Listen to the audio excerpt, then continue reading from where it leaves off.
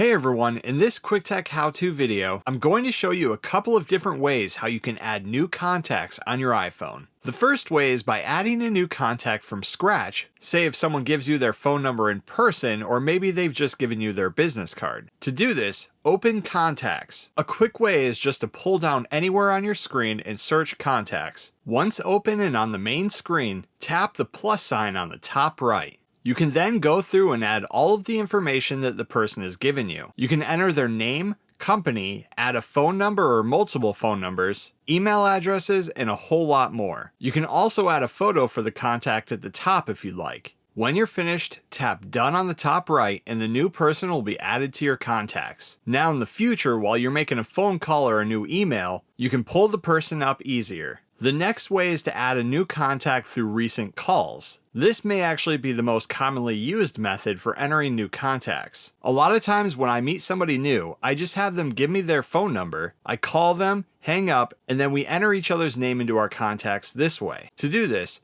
open the phone app and then head to Recents. Find the number that you want to add and then tap the I to the right.